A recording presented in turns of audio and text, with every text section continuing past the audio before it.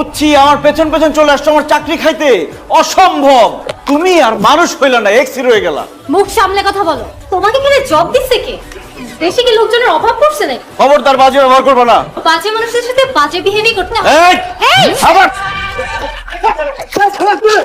আমার গায়ে হাত দিচ্ছে। ছাড় আমার, ছাড়। আমার কি লজ্জা? এই! এখানে হচ্ছে নাকি? আমার সব ঠিকই ছিল, কুফা ছিল তুমি। তুই একটা কুফা। তুই আমার লাইফে যতদিন ছিলি ততদিন আমার লাইফে কিচ্ছু হয় নাই। খুব ভালো হয়েছে আমার সাথে ব্রেকআপ করছস।